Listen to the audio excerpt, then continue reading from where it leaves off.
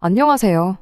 같은 회사 다니고 있는 남편과 2년간의 연애 끝에 결혼했고 꾸역꾸역 혼인기간 4년을 버텨오다가 결국 올해 이혼을 하게 된 34살 여자입니다.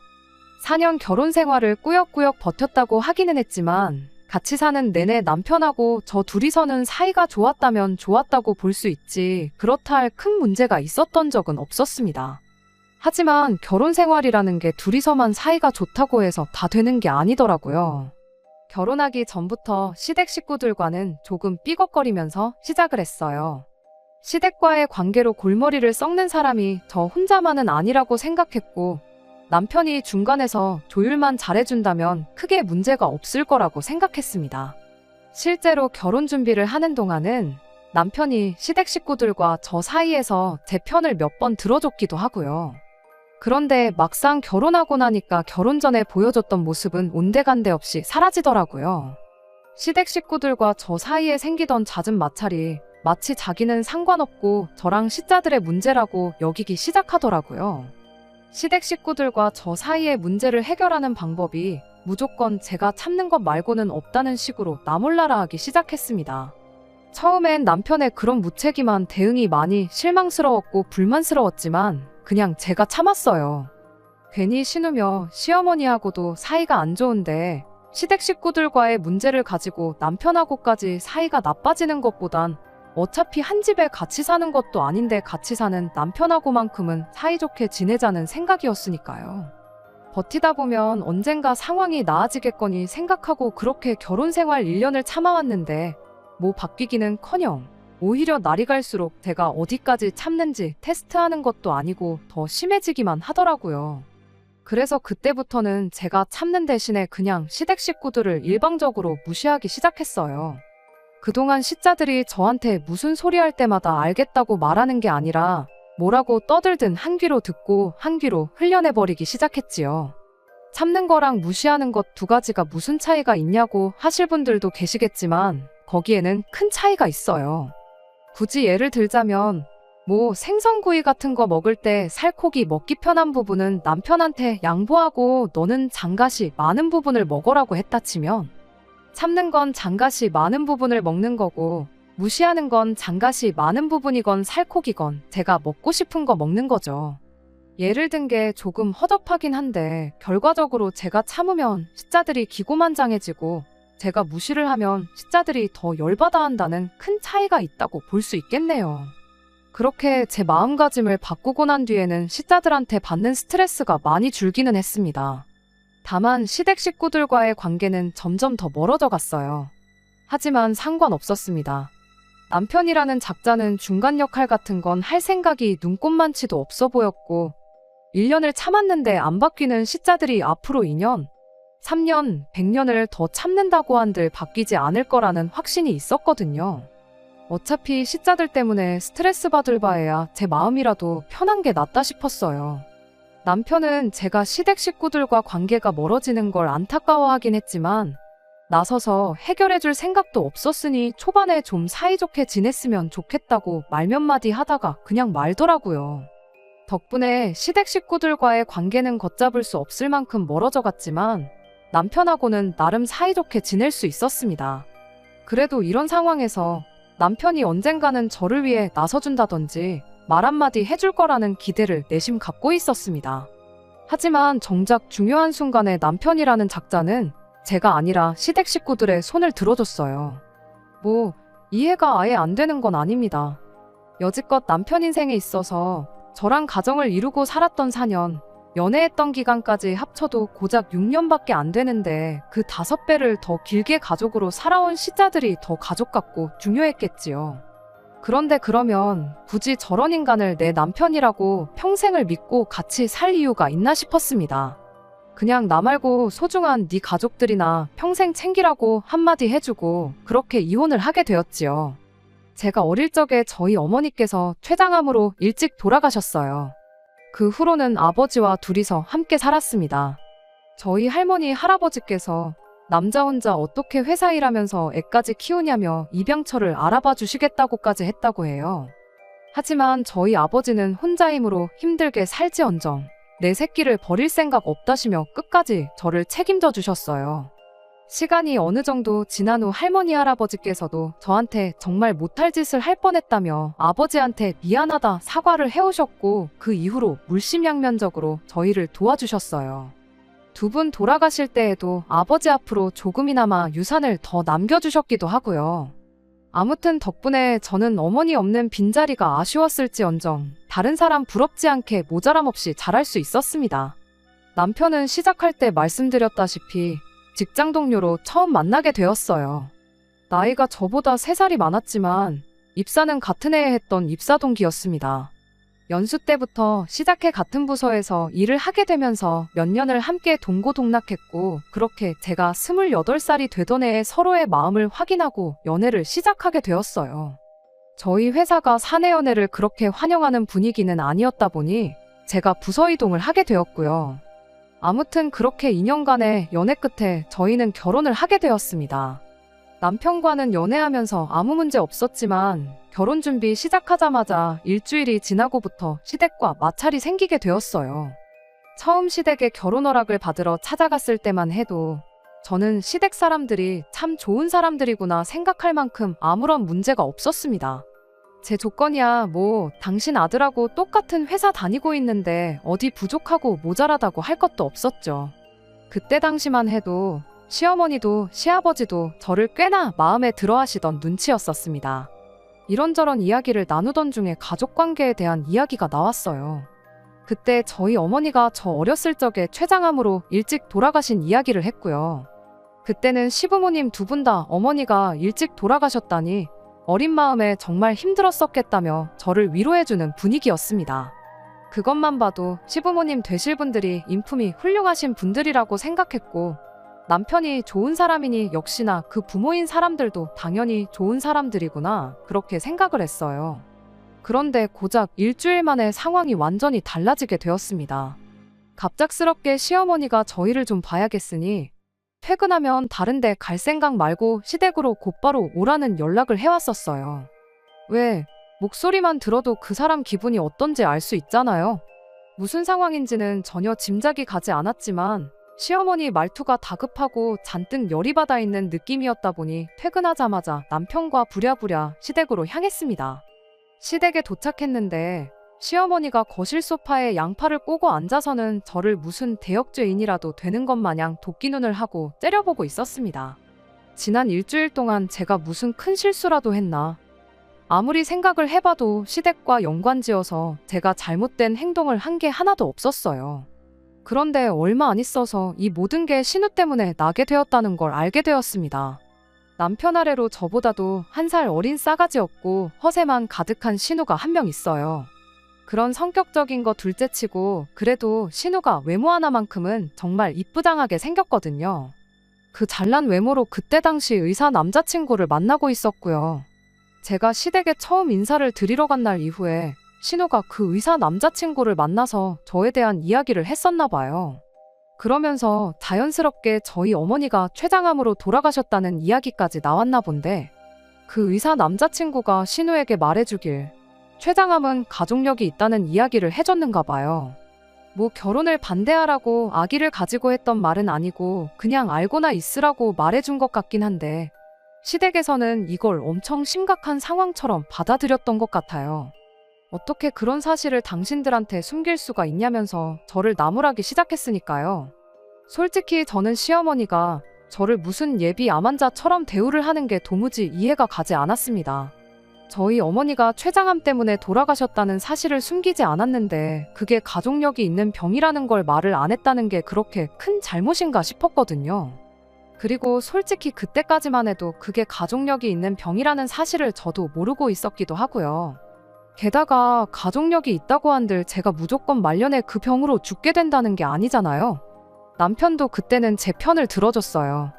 가족력이 있다고 한들 무조건 똑같은 병으로 고생하는 거 아니지 않냐고. 오히려 가족력으로 따지면 우리 집도 골다공증 환자가 여럿 있지 않느냐고. 무슨 말씀을 그렇게 하시냐고 제 편에 서서 목소리를 내줬어요.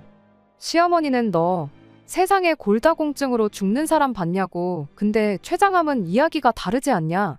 이야기 들어보니 암 중에서도 가장 악독한 암이라고 한다더라 하면서 남편 말을 딱 잘라내더군요. 이어서 시어머니는 당신이 알아보니까 암 치료하려면 돈도 엄청 깨지고 그런다는데 미래가 너무 뻔히 보이는 결혼을 어떻게 허락할 수가 있겠느냐며 열변을 토하기 시작했어요. 가족력 있을 수 있죠. 저보다 똑똑하신 분들이 여러 케이스들 보면서 연구하고 논문까지 내고 그러셨는데 그게 틀렸다고 부정하지는 않습니다. 말이 씨가 된다고 하니까 별로 제 입으로 말하고 싶지는 않지만 시어머니가 걱정하는 것처럼 진짜 나중에 가서 제가 어머니랑 같은 이유로 병원 신세를 질 수도 있을 테죠. 그런데 제가 지금 이미 환자인 상태라면 말을 않겠지만 사지멀쩡하고 건강하다 못해 잔병치레도 하나 없어서 이날이 때껏 학교도 개근했고 회사도 한번 빠져본 적 없는 사람이거든요. 그런데 구덕이 무서워서 장 못 담근다더니 이런 일로 결혼을 반대하는 게 정말 어처구니가 없었습니다. 남편은 계속해서 제 편을 들어줬어요. 시어머니한테 그건 너무 멀리 간 거 아니냐고, 앞으로 걸릴지 안 걸릴지도 모르는 걸 가지고 그러시는 게 어디 있냐. 지난주에 결혼 허락 받으면서 이제 모든 회사 사람들이 우리 결혼 준비 시작하게 된 거 다 알고 있다. 몇몇 직원들한테는 벌써 선물도 받고 그랬는데 그런 말도 안 되는 이유로 이 결혼이 엎어지면 자기가 앞으로 회사 사람들한테는 뭐라고 설명할 것이며 앞으로 회사에서 제 얼굴은 어떻게 보고 또 자기가 얼굴을 어떻게 들고 다니겠냐며 시어머니를 설득하기 시작했어요. 남편이 그때 파혼을 하기 싫어했던 이유가 시어머니의 황당한 억지를 받아들일 수 없다기보단 다 회사에서 자기 체면 때문에 그랬다는 게 참 어떻게 보면 우리 결혼의 끝은 이미 그때부터 정해져 있던 거나 마찬가지가 아니었나 싶지만 솔직히 저 또한 이렇게 파혼하면 회사 사람들한테는 어떻게 설명을 해야 하나 그 생각을 했었으니 이 부분에 대해서는 저도 할 말이 없네요. 아무튼 어이없는 이유였지만 어쨌든 집안 반대에도 불구하고 남편이 계속적으로 시어머니를 설득했어요. 자식이기는 부모 없다는 말처럼 결국 남편은 시어머니의 허락을 받아냈습니다. 지금이야 이혼했지만 그때 생각하면 남편에게 확실하게 고마운 마음도 있었어요. 부모님의 뜻을 꺾어가면서까지 저와 결혼을 하겠다는 사람이었으니 앞으로 제 결혼 생활은 행복할 것이라 믿어 의심치 않았죠. 시어머니가 반대하던 결혼을 다시 허락해주면서 내건 조건이 하나 있었어요. 결혼 후에는 각자의 수입을 각자가 서로 관리할 것이었습니다. 더 쉽게 풀어 말하자면 결혼식 올릴 때까지 들어가는 비용은 같이 부담하되 결혼하고 나면 네 돈은 네 돈이고 내 돈은 내 돈이다. 확실하게 선을 그어서 살라는 말이었습니다. 설명해주지 않아도 딱 감이 오는 게 있었어요.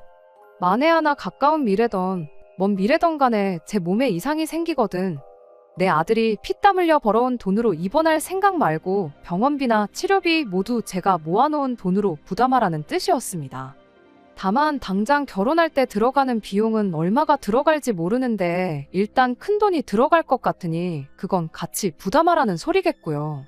거기까지는 알겠다고 했습니다. 제가 미래에 아프지 않는다는 확신은 없었지만 솔직히 사람 일이 어떻게 될지 누가 아나요. 평생을 담배 한 대 입에 물어본 적 없는 사람도 폐암에 걸릴 수 있다잖아요. 그저 남편이 저를 위해 이만큼 해줬으니 저도 어느 정도는 양보하는 게 맞다고 생각했습니다. 대신 저도 무조건 시어머니 말을 따르지는 않았습니다. 결혼할 때 결혼 비용은 같이 부담하라고 하셨는데 그것까지 따로 하겠다고 했지요. 저희 아버지가 할머니 할아버지 돌아가시면서 두 분 살고 계시던 아파트를 물려받으셨거든요. 아버지는 항상 결혼하면 그 집을 저한테 주겠다고 하셨고요. 그래서 거기에 신혼살림을 차리기로 했어요. 대신 증여를 받는 게 아니고 아버지가 남편한테 전세를 주는 걸로 하기로 했습니다. 모자란 전세금은 남편이 남편 이름으로 대출을 받아서 남편 혼자 갚기로 했고요. 나중에 시어머니가 제게 어떻게 하는지 봐서 그 후에 아버지한테 집을 받게 되면 남편 돈은 남편에게 돌려주고 명의를 공동명의로 할 생각이었어요. 남편도 어쨌든 집을 그렇게 마련하게 된다면 돈을 엄청 아낄 수 있다는 걸 알았기에 아무 불만 없이 그렇게 하겠다고 했고요. 조금 복잡하긴 했지만 이렇게 이혼하고 난 지금 와서 생각해보면 그때 그렇게 하길 정말 잘한 거라는 생각밖에 들지 않네요. 아무튼 저희는 그렇게 결혼을 하게 되었습니다. 이왕 결혼했는데 시어머니가 저한테 조금 마음을 열어주면 좋겠다 싶었지만 현실은 그렇지 않았어요. 처음에 말씀드렸던 것처럼 시어머니는 별것도 아닌 일로 꼬투리를 잡으며 저한테 모질게 굴기 시작했습니다. 싸가지 없는 신우까지 가세해서 저를 벌써 환자 취급을 하면서 시어머니한테 힘을 보태줬고요. 그토록 힘들게 저를 위해 결혼을 허락받아와줬던 남편은 언제 그랬냐는 듯 저 시자들과 저 사이의 갈등에 자기는 마치 제 3자인 척 모르쇠로 일관하기 시작했습니다. 남편은 저한테 어차피 저런 사람들인 거 알고 결혼한 거 아니냐고, 자기가 뭐라고 해봐야 씨알이나 먹히겠냐며 차라리 제가 참으면서 사는 게 방법이라고 했어요. 그래도 언젠가는 시댁 식구들과 잘 지내보고 싶은 제 마음이 전해지지 않겠냐. 나까지 나서게 해서 일 크게 만들지 말고 일단은 버텨보라는 식으로 말이죠. 처음 1년은 그렇게 버텨봤습니다.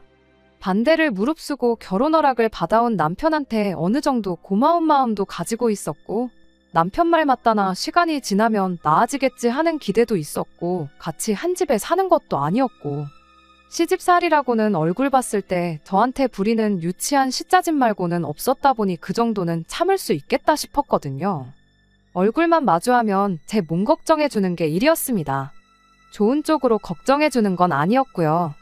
다 같이 고기라도 먹으러 간다 치면 탄 음식은 발암물질이라면서 못 먹게 한다던가 유치하기 짝이 없는 괴롭힘이었죠. 그렇게 제 몸이 걱정되었다면 애초에 고기를 먹지 말라고 하던가, 간접훈련이 얼마나 해로운데 신우랑 시아버지 담배부터 끊게 하던가, 적어도 저랑 있을 때는 못 피게 하던가 했어야지. 결국 그렇게 버티고 버티다가 1년 지나고부터는 그냥 시자들을 무시하기로 결심했어요. 그것 때문에도 시댁 식구들하고 엄청 싸웠죠. 아픈 거 며느리로 받아줬더니 은혜도 모른다나 어쩐다나. 저도 제가 뭐 지금 아픈 것도 아니고, 그리고 아가씨도 저렇게 담배를 피워대는데 아가씨야말로 예비암 환자 아니냐. 의사 집안에 시집 보내려면 담배부터 끊게 만들어야 하는 거 아니냐 대들고 그랬습니다. 그 덕에 시댁 식구들하고는 날이 갈수록 사이가 안 좋아지기 시작했어요. 남편이 중간에서 다리만 놓아준다면 저도 고집을 꺾고 어느 정도 제 할 도리를 하려고 했을 텐데, 남편은 귀찮은 일을 피하려 들기만 하고 우리 둘이서만 사이좋게 지내면 되는 거 아니냐며 시댁과 최대한 왕래를 안 할 수 있게 노력만 했습니다. 시댁 갈 일 있으면 지 혼자 간다던지 하는 식으로 말이에요. 그렇게 시댁과 거리를 두면서 지내기를 1년 더, 그러니까 결혼하고 3년 차가 되는 해에 충격적인 사실을 알게 되었어요. 돈 관리를 따로 함에 있어서 남편이 어떻게 돈을 쓰던 터치를 하지 않았거든요. 일단 결혼 전에 모아놓은 돈은 저희 신혼집 전세금으로 전부 묶여있는 상황이었고, 대출을 갚아나가고 있었으니 그게 나름대로 남편의 저축이라고 생각했어요. 생활비만 내고 나면 남은 돈은 알아서 남편이 쓰기로 했고요. 그게 달에 120만 원 정도였는데 저랑 결혼한 이래로 그 돈이 전부 시댁으로, 정확히 말하자면 신우의 품위유지비로 들어가고 있었다는 사실을 알게 되었습니다. 어쩐지 안 그래도 딱히 직장도 없이 아르바이트만 하면서 잘 벌어봐야 한 달에 100만 원 정도 벌겠나 싶었던 신우가 벌이에 맞지 않는 사치를 부릴 때부터 무슨 돈으로 저러고 다니나 싶었었거든요. 저는 당연히 남자친구가 의사래니까 신우한테 돈을 좀 쓰는가 보다 싶었어요. 그런데 알고 보니 의사 남자친구가 병원 개업을 하려면 돈이 엄청 많이 필요하다고 버는 족족이 모으고 있는 상황이라 신우한테 돈을 거의 안 쓴다고 하더라고요. 힘들게 공부해서 겨우겨우 의사가 됐는데 그렇게 번 돈을 왜 신우한테 퍼주는가 싶었거든요. 헛똑똑이인 줄 알았는데 역시 배운 사람은 달라도 뭐가 다르긴 하구나 싶었습니다. 아무튼 그 의사 남자친구가 신우한테 돈을 안 쓰는 것과 남편이 신우 품위유지비랍시고 돈을 퍼주고 있는 게 무슨 상관인가 싶으신 분들도 계실 텐데, 거기에는 다 이유가 있었습니다. 당시 신우가 이 의사 남자친구하고 연애만 5년 차였어요. 그리고 그렇게 5년을 만나는 동안 데이트 비용이며 뭐며 전부 신우가 내고 있었던 겁니다. 그 과정에서 시부모님 돈도 어마무시하게 뜯어다가 썼나 보더라고요. 시부모님 돈까지 썼는데 그 와중에 품위유지비랍시고 남편한테 돈을 뜯어갔던 건 말 그대로 품위유지를 하려고였어요. 집에 돈이 없다는 느낌을 받으면 모처럼 의사 남자친구 만들었는데 결혼 생각을 안 할까봐 명품으로 치장을 하고 다녔던 거고요. 남편과 시어머니가 신우한테 그렇게 돈을 퍼줬던 건 신우를 특별히 아껴서가 아니라 의사매제, 의사 사위를 보기 위한 두 사람의 선행 투자 같은 것이었어요. 아무튼 어떻게 남편 돈이 신우한테 전부 가고 있었다는 사실을 알게 되었냐면, 남편이 난데없이 아버지한테 들어가 있는 자기 돈, 그러니까 전세금으로 묶여있는 돈을 찾아가면 안 되겠냐고 저에게 부탁을 해오면서였습니다. 갑자기 그런 큰 돈을 빼달라는데 당연히 이유를 물어보지 않을 수가 없었어요. 남편은 그제서야 신우와 신우 남자친구의 얽힌 이야기를 해줬고요. 물론 결혼 생활 내내 신우한테 거의 매달 돈을 퍼주고 있던 사실은 빼고 말해줬지요. 신우랑 신우 남자친구 문제가 우리 아버지한테 묶여있는 돈 3억이 무슨 상관이냐고 물었습니다. 참고로 3억은 대출이 포함되어 있는 돈이었고 절반 정도가 오롯이 남편 돈이었어요. 그때 신우랑 의사 남자친구 사이에 얽힌 이야기를 구구절절히 해줬어요. 그리고 지금 필요하다는 돈은 신우 남자친구가 타고 다닐 외제차 한 대 뽑아줄 돈이랍니다. 일전에 지나가듯 개업해서 돈 많이 벌면 나도 저런 차 타고 싶다고 이야기를 했다는데, 지금 우리가 그 차를 먼저 사주면 고마워서라도 결혼을 하지 않겠냐고. 집안에 의사가 들어오는데 그 정도는 투자할 수 있는 거 아니냐고 하더라고요. 그러면 전세금은 어떡하냐고 했더니, 장인어른도 솔직히 한 가족인데 사위한테까지 전세금을 받냐며 그냥 이쯤에서 집은 증여를 받으랍니다. 공동명의 안 해도 되니까 일단 신우 급한 것부터 해주자는 거예요.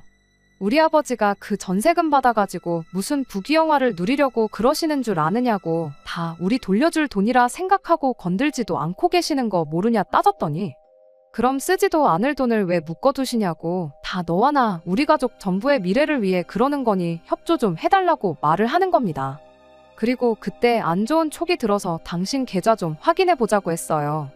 신우가 그동안 남편한테 받아 처먹던 게 있으니 당연하게 이번에도 남편한테 부탁한 거라는 확신이 있었거든요. 아니나 다를까 역시나 남편은 그동안 신우한테 거의 전 재산을 퍼주고 있었죠. 진땀 빼던 남편이 또 미래를 위한 투자니 어쩌니 하면서 신우가 결혼만 하면 곱절로 돌려받을 돈이라고 발뺌을 했었어요. 피가 거꾸로 솟는다는 게 무슨 기분인지 그때 처음 알았습니다. 하지만 이미 신우가 명품으로 치장하는데 다 써버린 돈 돌려받을 리도 만무하고 앞으로라도 신우한테 돈을 못 주게 하는 게 더 중요하겠다 싶었어요. 어차피 따로 관리하기로 했던 돈이었고 저금 하나 없는 게 아쉽긴 했어도 자기 용돈을 쓰고 싶은데 쓴 거라고 생각하고 넘어가기로 했죠. 그래도 이혼당하기는 싫었었는지 고분고분이 앞으로 신우한테 돈을 주는 일은 없을 거라고 약속을 받아냈습니다. 그러면서 자연스럽게 경제권까지 제가 가져오게 되었어요. 시댁에서는 난리가 났죠. 당장 외제차만 뽑으면 결혼을 할 수 있을 거라고 생각했는지 저보고 신우 잘 되는 꼴이 얼마나 보기 싫어서 협조를 안 하는 거냐며 고래고래 소리를 지르더라고요. 여태까지 남편 돈 뜯어간 거면 충분히 협조할 만큼 했다 싶고, 설령 아가씨가 그 의사 선생님하고 잘 된다고 해도 나는 거기에서 떡고물 하나 얻어갈 생각 없으니까 그리 알라고 했습니다. 이러나 저러나 남편 돈은 제가 쥐고 있었으니 시댁에서는 열불이 터지겠지만 아들을 이혼시키기 전까지는 어쩔 수 없는 걸 알고 금세 포기를 했어요. 돈 없으면 어련히 안 하겠거니 했는데 기어코 시댁집을 담보로 대출을 받아서 그 차를 뽑아내더라고요. 의사 남자친구가 타고 다닐 차긴 했지만 일단 명의는 신우 명의로 해놨다고 하고요. 대출받은 돈을 깔고 차도 할부로 질러서 달달이 얼마씩 내야 했다나 뭐라나. 아무튼 신우가 헛돈 쓰는 데는 저는 더 이상 관여를 안 하기로 했다 보니 정확히 얼마를 했는지는 모릅니다. 원래도 시댁과 왕래가 따로 없긴 했지만 그 이후에는 남편도 무슨 가족의 배신자 취급을 받으면서 시댁 식구들하고 멀어졌지요. 어차피 안 좋은 사이인데 더 나빠져봐야 뭐가 다르겠냐 싶었는데 그로부터 반년이 채 지나지 않아서 시댁과는 연을 끊게 될 정도로 사이가 나빠지게 되었습니다. 시어머니가 신우를 대동해서 몸소 저희 집까지 찾아왔어요. 들어오자마자 다짜고짜 제 머리채부터 잡으려고 하더라고요. 무슨 일 때문에 저러나 싶었는데 신우의 의사 남자친구가 결혼할 사람이 생겼다고 신우한테 그만 만나자고 이별 통보를 해왔다는 겁니다. 그러면 5년 동안 신우를 가지고 논 그 의사 머리채를 잡아야지 여긴 왜 와서 그러냐고 따졌죠. 결국엔 차까지 뽑아줬는데도 결혼 못한 건데 왜 나한테 와서 따지냐고 했죠. 애초에 신우한테 명품 처발라주고 몇백만 원치 피부 관리해주고 그럴 돈이 있었으면 학원 같은 데 보내서 문자라도 하나 더 가르쳐주고 예의범절 공부 같은 것만 시켰어야 했다는 걸 모르시냐. 돈이 없더라도 지성과 인품을 갖추고 있으면 허세 부리고 머리가 텅텅 비어있는 것보다 조금이나마 결혼할 확률이 올라가지 않았겠냐 따졌습니다. 온갖 비싼 명품과 금은 보화로 몸을 칭칭 감아놓아봐야 그 싸구려 인성이 감춰지는 거 아니라고 한마디 해줬더니 아주 시어머니랑 신우가 고래고래 소리를 지르면서 둘이서 달려들더라고요. 남편이 두 사람을 저에게서 떼어놓는 것만도 엄청 애를 먹었습니다. 하루아침에 갑자기 결혼할 사람이 생겼다고 이별 통보를 했다는 건 애초에 신우를 결혼 상대로 생각한 적이 한 번도 없었다는 소리라고. 얼굴 반반하지 가만히 있어도 데이트 비용이며 뭐며 돈까지 다 내주는데 만날 만큼 만나다가 헤어진 거라고. 보나마나 뭐 개원해준다는 집구석이라도 나타난 거 아니겠냐. 그래서 신우랑 볼장 다 봤으니까 그쪽으로 갈아탄 거 아니냐고 한마디 했습니다. 이제 그만 꿈 깨고 외제차라도 빨리 반납을 하던지 중고매물로 넘기든지 해서 현금부터 확보하고 집담보로 받은 대출부터 어떻게 하시라고 진심 어린 충고도 해줬습니다. 머리끄덩이까지 잡힐 뻔했는데 두 번 다시 안 볼 각오로 조금 세게 말한 건 사실이에요. 그 정도로 해야지 정신을 차리던가 아니면 진짜로 연을 끊던가 확실한 결과가 나올 거라 생각했으니까요. 사실 이 상황에서 가장 나쁜 건 그 누구도 아니고 5년 동안 있는 대로 신우 단물만 쪽 빨아먹은 그 의사 남자친구가 나쁜 사람이었죠. 사실상 제 결혼 생활이 꼬이기 시작한 것도 그 사람이 지나가면서 던진 가족력 이야기 때문이나 마찬가지기도 했으니까요. 원망할 사람은 따로 있는데 그 사람은 제껴두고 가족들끼리 이러고 있는 상황이 저도 좋지만은 않았습니다. 결과적으로는 시댁과 영영 연을 끊고 살기로 했어요. 그렇게 되었다고 한들 제 인생에서 크게 달라지는 건 없었습니다. 어차피 안 보고 지내던 사람들, 봐봤자 좋을 것 하나 없던 사람들하고 공식적으로 안 보고 지내게 되었는데 차라리 좋으면 좋은 일이지 나쁜 건 하나도 없었죠. 남편도 그 와중에 저를 선택해줬고 신우랑 시어머니가 그 난리를 치고 돌아간 뒤에 이왕 이렇게 된 거 우리 둘이서만이라도 잘 살아보자고 저를 다독여주기도 했고요. 실제로 그 후로 반년간은 남편과 둘이서 정말 더할 나위 없이 좋은 결혼 생활을 보냈습니다. 제 인생에서 시자들 2명이 없어졌을 뿐인데 이렇게 좋을 수가 없더라고요. 그런데 그 행복도 잠시 제 인생 최악의 불행이 찾아오게 되었습니다. 저희 아버지께서 뺑소니 사고를 당하시면서 정말 준비할 틈도 없이 세상을 떠나셨거든요. 저희 결혼 생활도 경제적으로나 정서적으로나 안정기에 접어들고 있었고 이제 손주도 보여드리고 그동안 저를 키워주신 은혜를 갚을 계획이었는데 그럴 틈도 없이 허망하게 세상을 떠나셨어요. 넋이 나간 상태로 장례식장에서 펑펑 울고 있는데 시부모님이랑 신우가 찾아왔어요. 남편 연락받고 허겁지겁 왔다더라고요. 일부러 와줘서 고마운 마음도 없었고 여기가 어디라고 왔냐고 따져물을 기운도 없었습니다.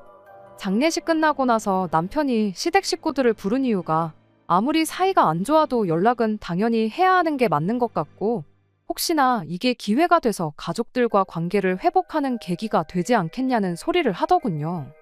아버지가 돌아가셨다고 다시 시댁과 좋게 지낼 이유도 없고 그럴 계획도 없었습니다. 다만 정말로 그걸 가지고 남편한테 뭐라고 할 만큼도 힘이 나질 않아서 그냥 넘어갔어요. 남편은 이런 제 반응을 가지고 제가 수긍을 했다고 혼자서 착각을 했었나 봐요. 그렇게 아버지 좋은 곳에 보내드리고 2주가 지나서였나 남편이 자기랑 같이 어디 좀 가자는 이야기를 하더라고요. 어딘지 말을 안 해주는데 그동안 제가 아버지 일로 기운이 빠져 있었으니 어떻게든 제 기분 좀 좋게 만들어주려고 계획이라도 세워놓은 줄 알았죠. 도착한 곳은 제법 분위기가 괜찮은 레스토랑이었어요. 이 사람도 이 사람 나름대로 노력하는구나 싶어서 저도 애써 밝은 표정 지으면서 신경 써줘서 고맙다 말하고 안으로 들어갔습니다. 그런데 레스토랑 안에 이미 신우와 시부모님이 와서 자리에 앉아 있었습니다. 시어머니 얼굴을 보자마자 기분이 나빠져서 저는 그 길로 밖으로 빠져나왔어요. 어딜 가냐고 저를 붙잡는 남편을 밀치고 뛰쳐나와 그 길로 택시를 타고 집으로 돌아왔습니다. 그런데 기어이 그 인간이 시부모님하고 신우를 집까지 끌고 오더라고요.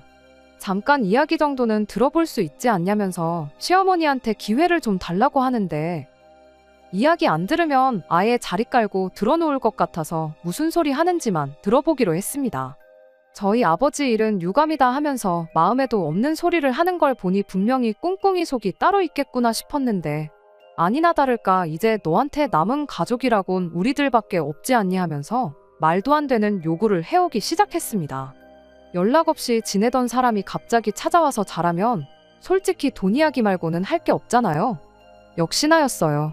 신우가 의사 남자친구 태워줄 차 뽑아준다고 집을 담보로 받은 대출 3억을 저보고 좀 갚아달라네요. 그리고 이왕 갚아주는 김에 신우 앞으로 1,000만 원 정도만 더 융통해줄 수 없냐고 물어왔고요. 그러면서 자초지종을 말해주는데 참 어이가 없더군요. 그때 당시 차 뽑는다고 대출 3억을 받은 걸로 알고 있는데 차를 빨리 정리하고 원금부터 줄이라고 조언까지 해줬는데 어찌하여 아직도 3억 빚이 남아있는가 싶었는데 신우가 아주 큰 사고를 쳤더라고요. 아무리 같이 차를 타고 다니려고 했던 남자친구랑 헤어졌다고 한들 신우 허세에 자기 인생에 언제 또 이렇게 비싼 차를 끌어보겠나 싶었답니다.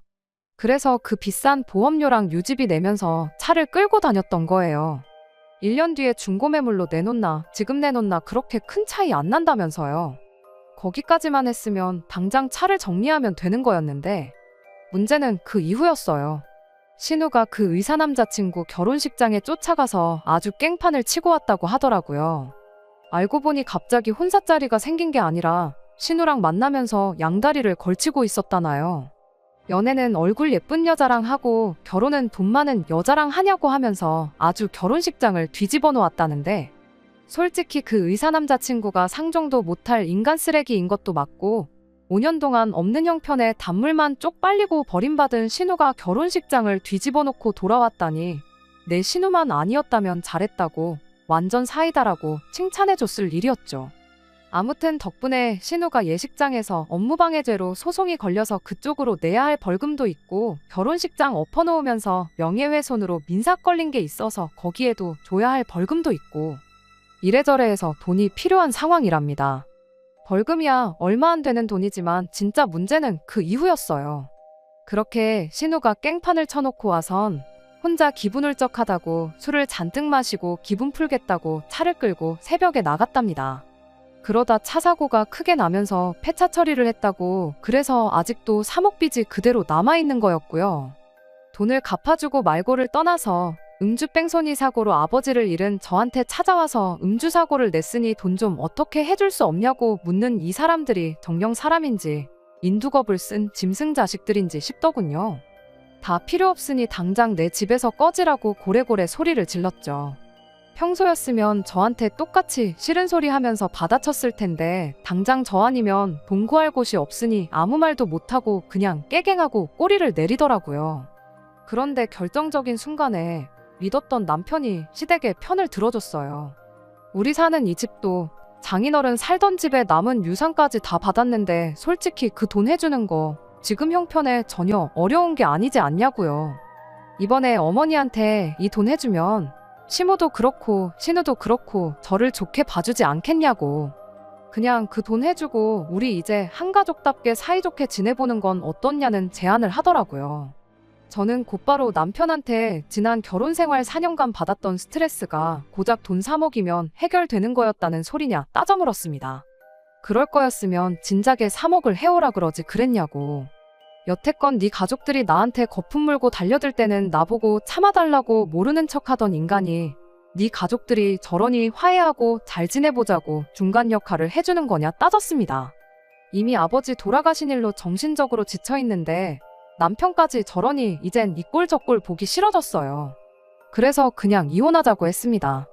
마침 아버지한테 전세금이라고 묶인 게 3억이지 않냐. 그 돈 그대로 돌려줄 테니 그걸로 니네 엄마 빚도 갚아주고 네 동생 합의금도 내주고 알아서 하라고 했죠. 그랬더니 신우가 옆에서 TV에서 본 건지 어디서 주워들은 건 있어가지고 지 오빠한테 이혼하라고. 이혼하면 우리가 더 이득이라고 아주 불난 곳에 기름을 붓더라고요. 뭐가 이득이라고 생각했나 했더니 이혼해서 재산 분할을 하라는 겁니다. 집이 두 채에 여태 모아놓은 돈까지 생각하면 지들이 훨씬 이득이라는 거죠. 어이가 없어서 정말. 뭘 똑바로 알고나 말하라고. 아버지가 물려주신 재산은 분할 대상에 포함되지도 않을 뿐더러 니네 엄마가 결혼 전부터 돈 관리를 따로 하라고 못을 박아준 덕분에 아마 각자 재산도 분할 안 하게 될 수도 있는 거 모르냐고요. 아니, 혹시 모른다고. 결혼하고 나서 모은 돈은 각자가 관리했지만 그 돈을 아가씨 외제차 뽑아주는데 홀랑 날려먹을 뻔한 걸 내가 막아주지 않았냐. 그럼 기여도를 어느 정도 인정받을 것 같은데 그럼 재산을 나눠서 득을 보게 되는 건 네 오빠가 아니라 내가 될 것이라고 한마디 해줬죠.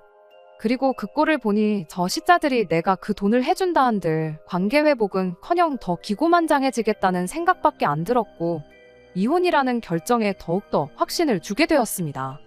남편은 그 와중에도 이혼이 무슨 소리냐고, 이혼하면 회사 사람들한테는 어떻게 설명할 거며 회사에선 어떡할 거냐고 되묻더라고요.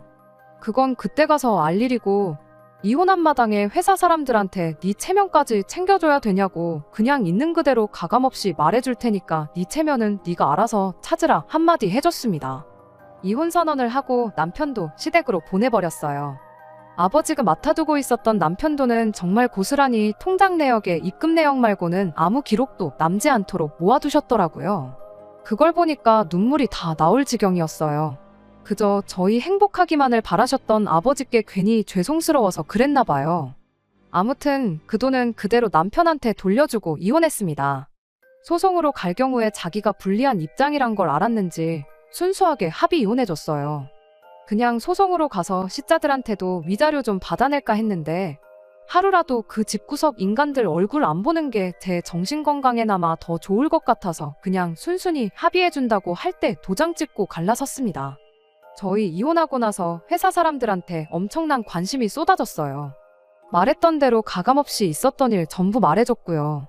저희 이혼 소식에 회사에서 알게 모르게 연애하던 사내 커플들이 전부 헤어졌다는 이야기도 들었습니다. 혹시나 잘못됐을 때 회사에서 다시 얼굴 마주 대할 자신이 없다나요. 몇몇은 저보고 멘탈이 대단하대요. 남편 꼴 보기 싫어서라도 회사를 그만둘 텐데 꾸역꾸역 다니고 있는 게 대단하다고요. 내가 뭘 잘못했는데 힘들게 들어온 회사까지 관둬야 하냐고, 그리고 한 명이 그만둬야 한다면 유책 배우자나 마찬가지인 남편이 그만두는 게 이치에 맞는 거 아니냐 하니 다들 그렇다 하고 웃고 말았습니다. 남편은 그 이후로 회사에서 몇 번이고 얼굴을 마주쳤어요. 피부도 푸석푸석해지고 눈 밑에 다크서클도 거의 콧잔등까지 내려온 게 제대로 잠을 못 자는 것 같아 보였는데 직장 동료 중 한 명이 남편 이야기를 제게 해주더라고요. 얼마 전에 남편이 대리운전을 하고 있던 걸 봤다고요. 당장 시댁에 갚을 돈이 한 푼 두 푼이 아니니까 남편이 투잡까지 뛰면서 죽어라고 벌고 있는 실정인가 봅니다. 하기야 빚 갚아주고 월급으로 신호 허용 떠는 거에 시모 생활비까지 내주면서 자기 미래 준비하려면 그 정도는 당연히 해야겠지요.